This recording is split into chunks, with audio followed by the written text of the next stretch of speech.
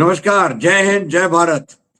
एक बार फिर से डिकोडिंग 24x7 के सौजन्य से, टैक्स सिंप्लीफाइज के सौजन्य से मैं कमांडर चक्रपाणी आपके साथ रूबरू हो रहा हूं द वर्ल्ड दिस वीक में। इस अंश में हम बात करेंगे हमेशा की तरह मेजर जनरल अभय कार्की के साथ। अभय, आपका बहुत बहुत स्वागत है। धन्यवाद टैक्स। काफी कुछ है डिस्कस करने के लिए। अभी कल तो काफी कुछ हो गया है ईरान में भी और बलूचिस्तान में भी, तो अच्छा रहेगा डिस्कशन। एब्सोल्युटली। पिछले हफ्ते ही हम बात कर रहे थे कि कभी कभी महीनों निकल जाते हैं, सालों निकल जाते हैं और कभी कभी सालों हो जाते हैं हफ्ते भर में।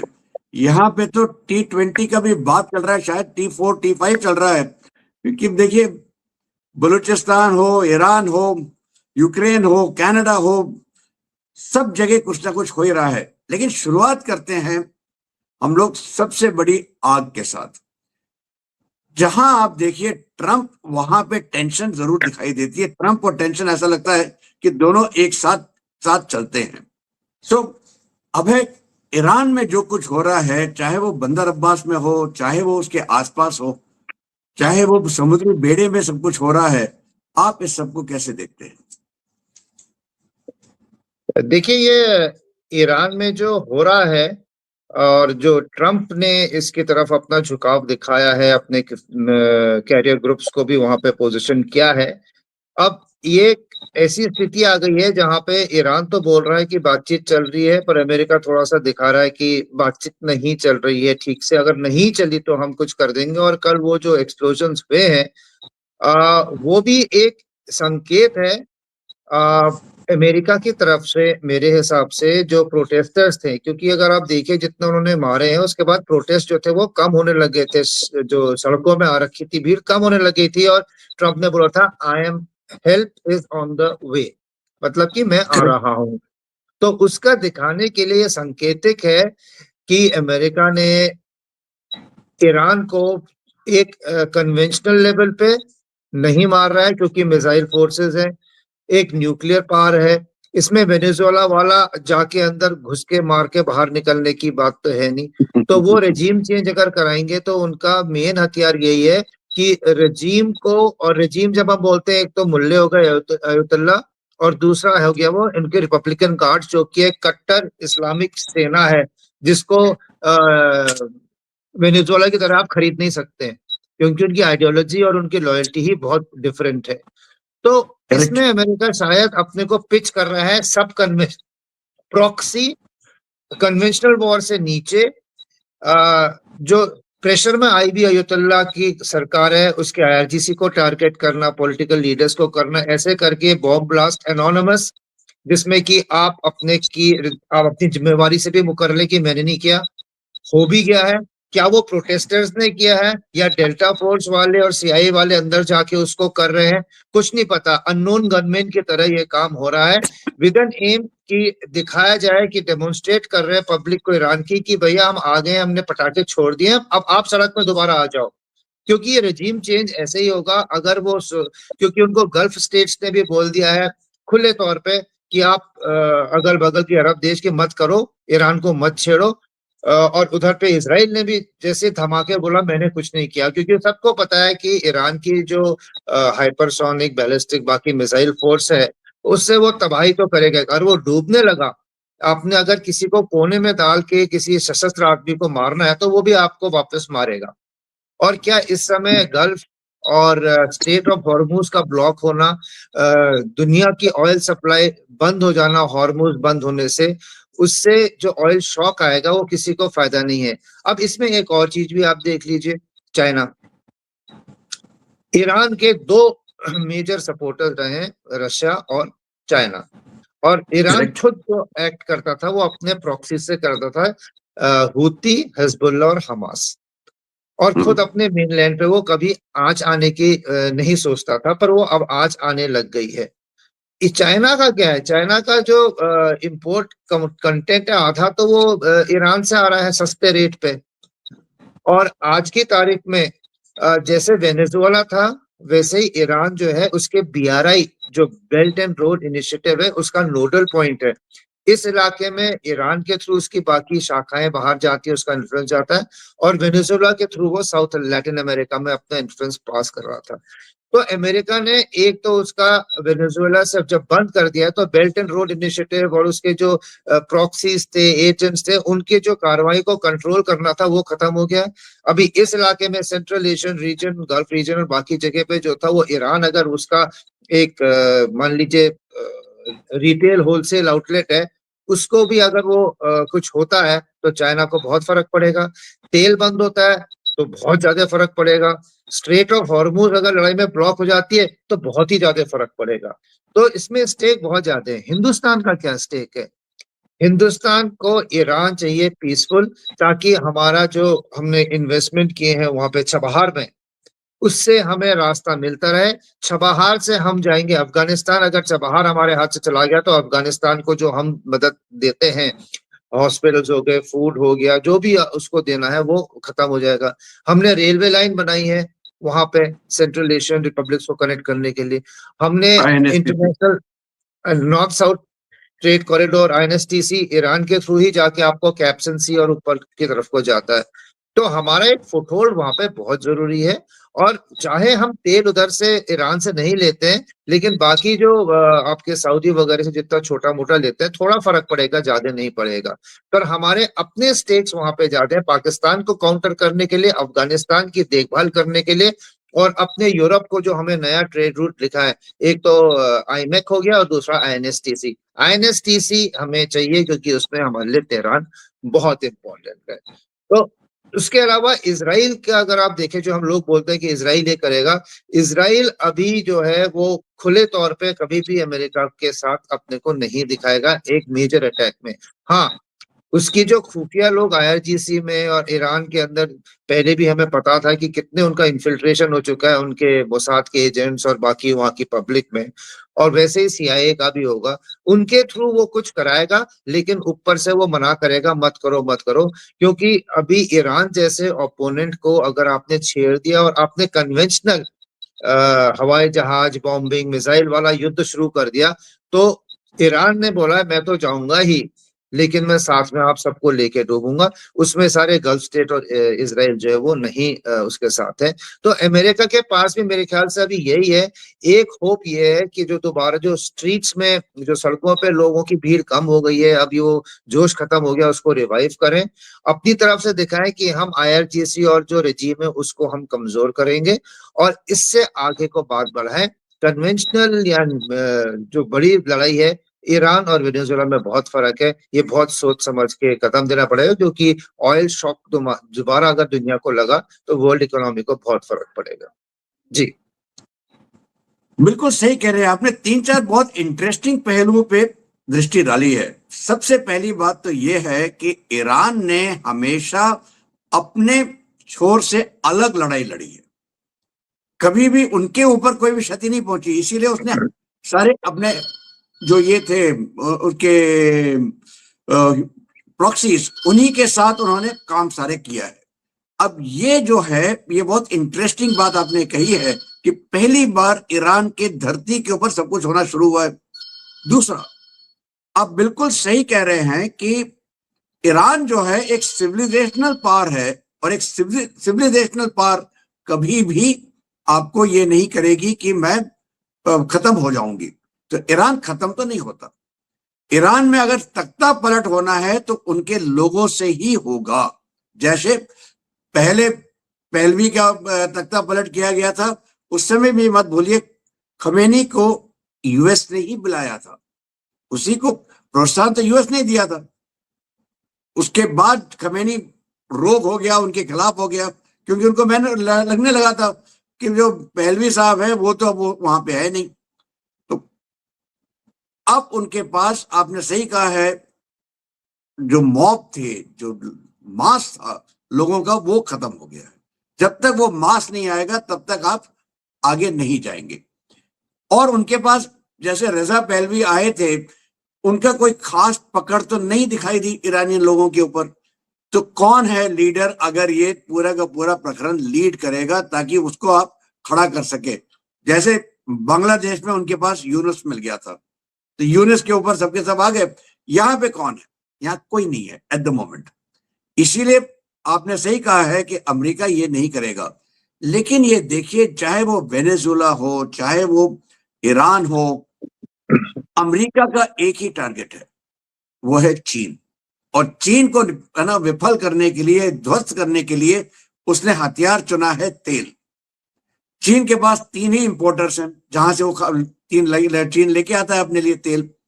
वेनेजुएला खत्म कर दिया, ईरान के ऊपर अभी दृष्टि है, और रशिया को अगर वो किसी तरह से यूक्रेन की लड़ाई से अगर निकाल दे तो रशिया और चीन के बीच में काफी प्रॉब्लम्स तो हैं। वो नो होल्ड्स बार्ड पार्टनरशिप जो है वो मौके की पार्टनरशिप है, हमेशा के लिए नहीं है। तो ये तो डेफिनेटली दिखाई देता है। इस सब में देखिए, अगर आपने जिस तरह से कहा है कि बंदर अब्बास का एक्सप्लोजन हो, चाहे वो कहीं और कुछ हो, अगर उनको अपने ऊपर नहीं कुछ लाना है तो उनके पास एक बहुत बड़ा, बहुत घातक, बहुत भरोसेमंद साथी है, उसका नाम है पाकिस्तान। क्या आपको नहीं लगता कि इस सब में पाकिस्तान की भूमिका बहुत अहम होगी? और क्योंकि अगर ईरान को अंदर से डिस्टेबलाइज करना है तो पाकिस्तान तो जरूरी है। और रिपोर्ट्स तो आई थी कि बलूचिस्तान में $100 $50 देके एक एक दिन के प्रोटेस्ट के लिए लेके जा रहे थे पाकिस्तानी ईरान के अंदर, ये तो पकड़े गए थे।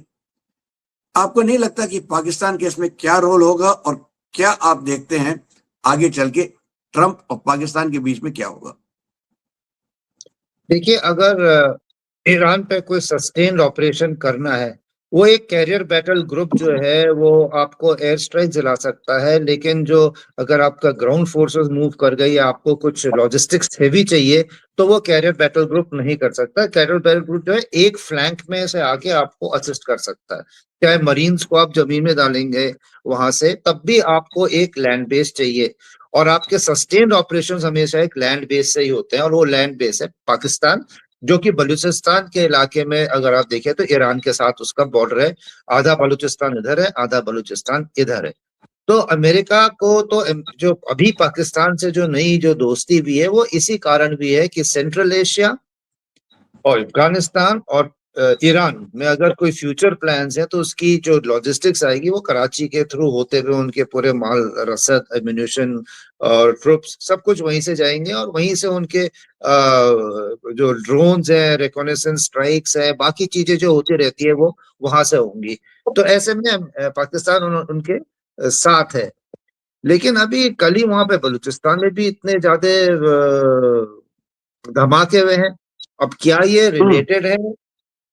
क्या ऐसा तो नहीं कि ये चीन और अमेरिका दोनों मिलके वहां करा रहे हो पाकिस्तान के हाथ तंग करने के लिए या ईरान के हाथ तंग करने के लिए? तो ये अभी तक कुछ समझ में नहीं आ रहा है कि क्या ये कोऑर्डिनेशन था। देखिए, क्योंकि बलूचिस्तान का हम बाद में बात करेंगे, इतने कोऑर्डिनेटेड 12 जो हमले हुए हैं, ये इंटेलिजेंस फेलियर तो है ही पाकिस्तान का, लेकिन इसकी प्लानिंग और इसका टाइमिंग, ये ईरान के साथ क्या इसका कोई ताल्लुक है? ये शायद कल परसों तक हम लोग इसमें बात कर पाएंगे कि ये इसकी स्ट्राइक्स का मतलब क्या है अभी ईरान के साथ। पर फिलहाल ऐसा है कि पाकिस्तान की जरूरत है, और पाकिस्तान के जो बॉर्डर एरिया है ईरान के साथ, जो अमेरिका को चाहिए, वहां पे बहुत ज्यादा इंस्टेबिलिटी है। क्या अमेरिका ने बलूचिस्तान एक चिट्ठी लिखी थी कि हमको अलग से देखो, पाकिस्तान की तरफ से मत देखो, उस पर कुछ तवज्जो दिया है?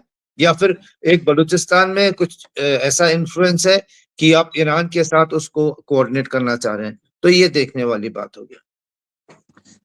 अब है एक चीज इंटरेस्टिंग है, देखिए इसका नाम उन्होंने दिया है ऑपरेशन हारोफ सेकेंड।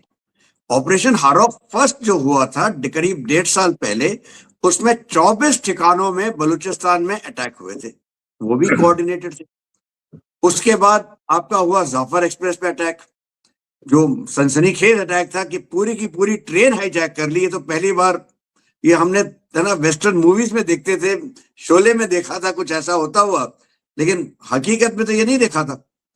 फिर पिछले कुछ दिनों में जाफर एक्सप्रेस पे फिर से अटैक हुआ था। अब अटैक जो हुआ है, 12 जो जगह हुई हैं, इसमें इंटरेस्टिंग जगह है पसनी, जहां का एयरबेस अमेरिका चाहता है। इंटरेस्टिंग जगह है नौस्की, सेंटर ऑफ बलूचिस्तान, जहां से सारा का सारा लॉजिस्टिक हब है। क्वेटा के अंदर बलूच जो थे सेपरेटिस्ट आप कहें, फ्रीडम फाइटर्स कहें, उन्होंने वहां पे अपने आप को दिखाया है कि हम उस एरिया को कंट्रोल कर रहे हैं। मुझे लगता है 1-2 दिन में वो गायब हो जाएंगे। क्यों आते हैं, दिखाते हैं और चले जाते हैं, और पाकिस्तान कुछ नहीं कर पाता। अब ये 12 जगह जो किया है, उसमें से एक ईरान बलूचिस्तान के बॉर्डर पर भी है। दूसरा एक और जगह हुई है जहां पे रिकोडेक जो माइन है, जो अमेरिका चाहता है, उसके बगल में, उसके पास हुआ है। तो एक तरह से अगर ये चीन और अमेरिका मिलके कर रहे हैं, तो वो अपने ऊपर क्यों क्षति पहुंचा रहे हैं? क्या इसमें आपको ईरान का हाथ दिखाई देता है? देखिए, जैसे मैंने बताया, ये वक्त बतलाएगा, क्योंकि टाइमिंग के हिसाब से आप देखिए इतना कोइंसिडेंस भी हो सकता है, लेकिन इससे फायदा किसको हो रहा है ये अगर आप देखें, तो क्या इस समय चीन ईरान में अपनी हेफ्ट कम होते हुए देख के क्या अमेरिका के खिलाफ कर रहा है? क्योंकि जैसे बिल्कुल। कि चाइना अपने रेयर मेटल्स को रोक के अमेरिका को ब्लैकमेल करता है, जब भी प्रेशर आता है वो अपने रेयर अर्थ को रोक लेता है और अमेरिका उसकी लाइन मान जाता है।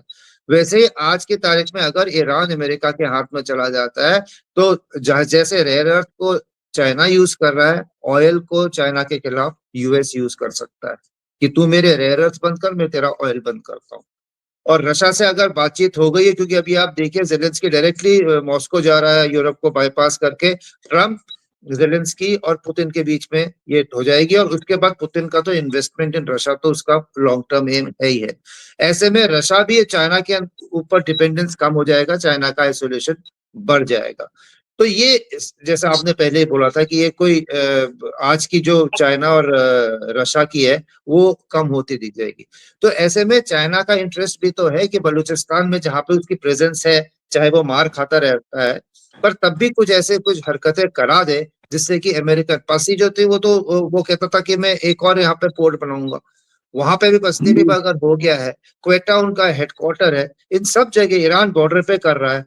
तो इससे किसको फायदा हो रहा है? सभी का लगता है कि फायदा हो रहा है, सभी का लगता है नुकसान हो रहा है, लेकिन है ये कोऑर्डिनेटेड, और ये कोई एक दिन में नहीं हुआ है, ये महीनों लगे होंगे इसको कोऑर्डिनेट करने, महीनों नहीं तो कम से कम 1 महीना तो लगा ही होगा।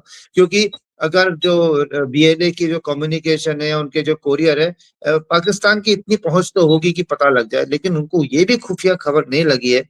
तो ये बड़ी सोचने की बात है कि ऐसा हो सकता है कि इतने बड़े अटैक हो जाएं और पाकिस्तान की फोर्सेस को पता नहीं लगे। चाहे ये भी है कि बीएलए जो अभी अटैक कर रहा है वो पाकिस्तान आर्मी को डायरेक्ट नहीं कर रहा है, फ्रंटियर कोर, पुलिस हेडक्वार्टर्स, इनमें कर रहा है, जो कि आते सिक्योरिटी एजेंसीज के हिसाब है, लेकिन उनकी हार्डनेस जो है वो पाकिस्तानी आर्मी के बराबर शायद नहीं है, इक्के दुक्के छोड़ने के बाद। तो ये बड़ा इंटरेस्टिंग टाइम है कि बीएलए एज अ फोर्स जो यूज हो रहा है, उसको हमले हो रहे हैं, क्या उसके साथ ईरान का कनेक्शन है, और अगर है तो फायदा किसको हो रहा है? बिल्कुल सही। और इसमें एक छोटा सा स्टैटिस्टिक मैं डाल देता हूं। 2025 में पाकिस्तानी सोल्जर्स का जो क्षति पहुंची है वो है 667। 2024 में यह 528 थी। मतलब तकरीबन 25% से ज्यादा की बढ़त हुई है 1 साल के अंदर। दूसरी बात, जहां तक बलूचिस्तान का सवाल है, देखिए बलूचिस्तान तकरीबन 45% पाकिस्तान का एरिया है, लेकिन सिर्फ 7% पॉपुलेशन है।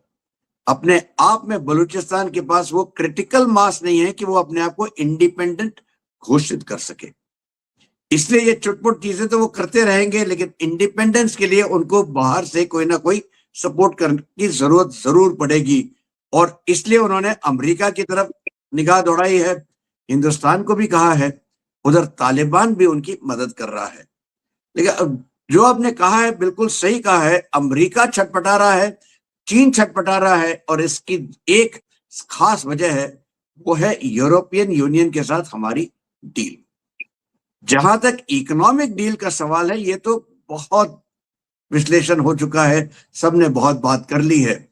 जरा सी निगाह डालते हैं हम डिफेंस वाले हिस्से के ऊपर। डिफेंस वाला हिस्सा जो है, यूरोप ने एक सेफ फंड बनाया था जो मोटा मोटा 150 बिलियन यूरो का था। इसके साथ साथ उनके पास है यूरोपियन डिफेंस फंड, और उनको ट्रंप ने एक तरह से हुक्म दिया था कि आप 5% अपने जीडीपी का डिफेंस पे खर्चा करेंगे। उसका मकसद ये था कि आप मुझसे चीजें खरीदें। लेकिन अमेरिका ने भी अपने हाथ एक तरीके से खड़े किए हैं, क्योंकि उनको महसूस हो गया है कि हम ज्यादा कुछ मैन्युफैक्चर उस रफ्तार में नहीं कर पा रहे हैं जितना उनका कंज्यूम हो रहा है यूक्रेन के अंदर ही। तो एक ही मैन्युफैक्चरिंग बेस बनता है, वो है इंडिया, भारत, क्योंकि चीन के पास से जा नहीं सकते। इंटरेस्टिंग बात यह है कि पिछले साल तकरीबन तकरीबन 45% के आसपास हमारे जो डिफेंस एक्सपोर्ट हुआ है, एम्यूनिशन का, स्मॉल टाइम आइटम, छोटे छोटे आइटम्स का, वो अमेरिका को हुआ है। वो इंटरेस्टिंग बात है। तो इस सब के मध्य रखते हुए आप यूरोपियन यूनियन के साथ जो डील है डिफेंस के हिस्से में, आप कैसे देखते हैं इसको? देखिए, जैसा आपने बता ही दिया है कि जब से सेकेंड वर्ल्ड खत्म हुई है और ये न्यू वर्ल्ड ऑर्डर आया था और नेटो आया था, तो इसमें अमेरिका एक वर्ल्ड का सुपर पावर था और उसने ये पैक्ट किया था इन कंट्री के साथ कि आप अपनी ये फोर्सेस डटे रहो।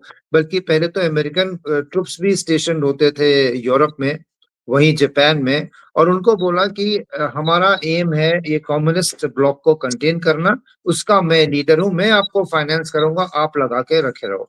ऐसे में जो यूरोपियन देश है उन्होंने, बाकी जापान ने भी अपना सारा जो बजट था वो डिफेंस का कम करके 1% से भी नीचे लाके उन्होंने शुरू कर दिया थे अपनी इकोनॉमिक ग्रोथ। और सोशलिस्ट जो उनके बजट थे काफी सोशलिस्ट हो गए थे, और उसमें उन्होंने कैपिटल इन्वेस्टमेंट नहीं किया, अपनी फौजों की साइज कम कर दी। मतलब ऐसा था कि वो अपने बल पे लड़ने लायक आज की तारीख में नहीं है। एग्जिस्टिंग कुछ एक हाईटेक इलाकों में उनकी रिसर्च चलती रही, लेकिन जो ग्राउंड फोर्सेस थी उनकी कम होती गई, उनके टैंक्स, कैवलरी, ये चीजें जो थी, उनके नंबर्स जितने चाहिए उतने नहीं थे और वो इन्वेस्टमेंट भी उसमें नहीं कर रहे थे। अभी जैसे मैं बोला थैंक यू ट्रम्प, यूरोप ने भी थैंक यू ट्रम्प बोला है कि उन्होंने ये रोक के उनको एहसास दिला दिया है कि आप जो थे अपने पैर पे अब खड़े होने लायक नहीं है मिलिटरीली, और आपने अपने को नजरअंदाज किया है। तो अभी आज की तारीख में जो यूरोप है उसने यूक्रेन को जो सपोर्ट किया है, वो सबको पता है अगर अमेरिका अपनी तरफ से नहीं करता है सपोर्ट उसको मिलिट्री हार्डवेयर में और बाकी चीज इक्विपमेंट में, वो यूरोप तो सिर्फ उसको मॉरल सपोर्ट ही दे सकता है और कुछ टूटे फूटे अपने पुराने हवाई जहाज, टैंक वगैरह उसको ट्रांसफर कर सकता है। जबकि अपने खुद के स्टॉक्स उनके डिप्लीट हो गए और यहाँ तक कि यूएसए के अपने एम्यूनिशन के स्टॉक्स भी डिप्लीट हो गए हैं। रिप्लेसमेंट रेट जो है वो जो कंजम्पशन में एक यूक्रेन लड़ाई ने ही पूरे नेटो को खल्लास कर दिया और अमेरिका पे भी स्ट्रेन आ रखा है, क्योंकि अमेरिका को हमेशा अपने रिजर्व रखने होंगे। एक ताइवान कंटीजेंसी हो सकती है या कुछ और भी हो सकता है, अगर उसने अपने प्रभाव बना के रखना है साउथ चाइना सी में और इंडो पैसिफिक में। तो ऐसे में अभी इंडिया 10 साल पहले तक अगर आप सोचे, जब तक आत्मनिर्भर नहीं था, हमारी हालत ऐसी थी कि जब कारगिल वॉर आई थी तो हमें 155 मिलीमीटर आर्टिलरी का एम्यूनिशन जो था, हमारे T90 T72 टैंक्स का एम्यूनिशन जो था, वो 4 दिन 5 दिन 1 हफ्ते से ज्यादा नहीं चल सकता था, और हमको उस समय इमिडिएटली इजराइल से और साउथ अफ्रीका से बड़े ऊंचे दाम पे इसको इंपोर्ट करना पड़ा। और तब शायद हमको ये एहसास हुआ कि एक अगर आपको इमर्जिंग पावर बनना है और आपके मिलिट्री की कुछ साख रखनी है और लड़ाई लड़ने की क्षमता रखनी है, तो आप ऐसे तो नहीं कर सकते। और तब हमने इन्वेस्टमेंट किया, प्राइवेट सेक्टर को लेके आए हैं। और जो अडानी वगैरह के जो प्लांट्स हैं 155 मिलीमीटर एम्यूनिशन के जो ऑटोमेटेड है, उनका रेट ऑफ प्रोडक्शन और quality of production international standards का है। और आज की तारीख में इसीलिए कई एम्यूनिशन में खासकर, और अभी हम स्मॉल आर्म्स में भी आ गए हैं, तेजस वगैरह की तो बात होती है, लेकिन बहुत सारी चीजें हैं, जैसे कल्याणी भारत फोर्ज है, उसकी आर्टिलरी गन्स पूना में बनती हैं। महिंद्रास के जो व्हीकल्स हैं, आर्मर प्रोटेक्टेड व्हीकल्स हैं, टाटा की व्हील आर्मर पर्सनल कैरियर है। तो ये काफी जो एक middle level technology, armour protection और मोबिलिटी, इसके हमारा जो ऑटोमोटिव सेक्टर है उसके ऑफशूट रहा है। आर्टिलरी में जो हमने ये स्टेप्स लिए तो बहुत ही अच्छे हैं। आर्टिलरी हो गया और रॉकेट मिसाइल्स में, ये दो जो है हमारे हम बैकबोन है। और उसके अलावा अभी इलेक्ट्रॉनिक्स में भी हमारा हाथ आगे बढ़ रहा है। तो ये सब चीजें हम प्रोवाइड कर सकते हैं। अब पॉइंट ये आया है, अगर यूरोप और अमेरिका में जो चीज बन रही है $100 की, हमारे यहाँ बन जाती है वो $50 में, क्योंकि हमारे लेबर कॉस्ट और बाकी जो इनपुट्स हैं, मैन्युफैक्चरिंग इनपुट्स कम है, और इसलिए भी प्रोड्यूस थिंग्स जो कि सेम क्वालिटी की होंगी लेकिन चीपर होंगी। और आज की तारीख में हम कैपेसिटी भी रखते हैं, क्योंकि इंडियन आर्मी का खुद का कंजम्पशन भी है, तो हमारा स्केल बहुत ज्यादा है। पहले लोग कहते थे अगर किसी फॉरेन कंपनी को एक इंडियन आर्मी का, चाहे एक पिस्टल का या किसी का कॉन्ट्रैक्ट मिल जाए, तो वो पूरी बाकी दुनिया की आर्मीज के जो छोटे कंट्रीज को मिला दीजिए, वो एक इंडियन आर्मी का नंबर्स स्केल्स हो जाते हैं। तो स्केल्स हमें अपने डोमेस्टिक कंजम्पशन के लिए चाहिए, और उसके अलावा जिसको बाहर चाहिए तो हम उस स्केल को स्केल अप करके उनको भी कर सकते हैं। उससे जब आपके नंबर्स ज्यादा हैं तो आपका पर यूनिट कॉस्ट भी डाउन हो जाता है। इनपुट कॉस्ट हमारे वैसे ही डाउन है। इसीलिए अभी जो बाहर की कंट्रीज हैं, वो सोचिए जो उनके पास इंडस्ट्रीज है, डिफेंस रिलेटेड इक्विपमेंट, अगर इंडिया में बनाएंगे और इंडिया को भी आप अगर उस पर इन्वॉल्व कर लें, तो जो उनका पर यूनिट कॉस्ट है वो कम होगा, और उनका एक एश्योर्ड सप्लाई रहेगा। क्योंकि आज के तारीख में जो प्रिसिशन टारगेटिंग है, जो फैक्ट्रीज हैं, ये बाकी चीजें हैं, उन पे आपके टारगेट हो सकता है अगर एक्स कंट्री वॉर पे है, लेकिन अगर उसकी पूरी प्रोडक्शन इंडिया में हो रही है और यहाँ से जा रहा है, और इंडिया वॉर पे नहीं है, इंडिया के एक स्टेबल कंट्री है, तो वो, एंड इंडिया नोज की EU is a stable non transactional मौसमी दोस्त नहीं है, मौसम के हिसाब से बदलेगा नहीं।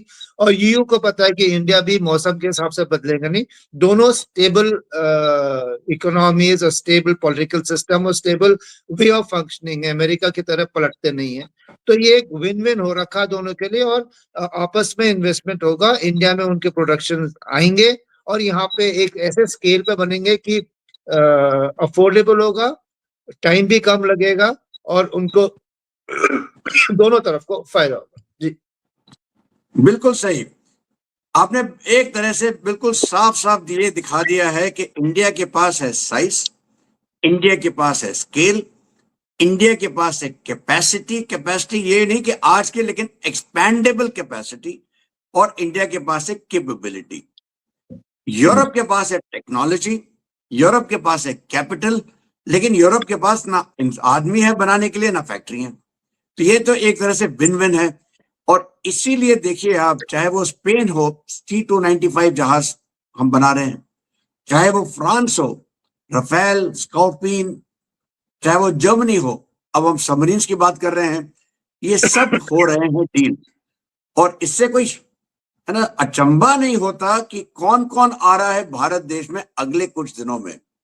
मैक्रोन आएंगे AI समिट के लिए, ब्राजील के लूला आएंगे, फ्रांस से तो बता ही दिया है। फिर हमारे पास आ रहे हैं जर्मनी के फॉरेन डिफेंस मिनिस्टर जो इस डील साइन करने के लिए। कनाडा से आ रहे हैं मां कानी। क्यों? क्योंकि उनको $10 बिलियन की एनर्जी डील, जिसमें यूरेनियम की बात होगी, वो बात करेंगे। और कनाडा में एक बहुत इंटरेस्टिंग चीज हो रही है। आपको याद होगा कनाडा में बात होती थी खालिस्तानियों की, और खालिस्तानियों के जो अपने हुड़दंग मचाते थे, और कनाडा कहता था ये फ्रीडम ऑफ स्पीच है। एक तरह से कार्मिक चक्कर जो है वो पूरा का पूरा गोल घूम के आ गया है कनाडा के ऊपर। अब एल्बर्टा कहता है कि हम इंडिपेंडेंस मांग सकते हैं, मांगी नहीं है, मांग सकते हैं, और अमेरिका उनको शय दे रहा है। देखिए आगे क्या चलता है। इसके साथ आएंगे न्यूजीलैंड के प्राइम मिनिस्टर, साइप्रस के प्राइम मिनिस्टर भी आ रहे हैं, और इजराइल के प्राइम मिनिस्टर आ रहे हैं। साफ दर्शाता है कि ये बहुत कुछ भारत के अंदर होगा। और यही नहीं, जो विश्व के सबसे बड़े जाने माने सीईओ है, चाहे वो सैम ऑल्टमैन हो ओपन एआई के, चाहे वो सुंदर पिचाई हो गूगल के, चाहे वो जेंसन हुआंग हो एनवीडिया के, अलेक्जेंडर वांग ये एंथ्रोपिक के, क्रिस्टियानो अमन क्वालकॉम के, ये सब अगले 1 महीने में आ रहे हैं। साफ दर्शाता है कि भारत एक स्वीट स्पॉट पे है। एक तरह से अगर आप देखें फाइनेंशियल सिचुएशन में एक न्यूट्रल कंट्री बनी थी स्विट्जरलैंड, उस तरह से डिफेंस और इकोनॉमी में शायद हम स्विट्जरलैंड की भूमिका अगले नए वर्ल्ड ऑर्डर में अदा कर सके। हमने शुरुआत की थी ट्रंप इक्वल्स टेंशन, अब हो रहा है टेंशन मिल रही है ट्रंप को। इसी के साथ आज का तो हम एपिसोड खत्म करते हैं। ये थी खबरें इस हफ्ते तक। इंतजार कीजिए अगले हफ्ते तक। तब तक अभय आपका बहुत बहुत धन्यवाद। इंतजार करेंगे आपका भी हम अगले हफ्ते तक। जय हिंद, जय भारत, नमस्कार। जय हिंद।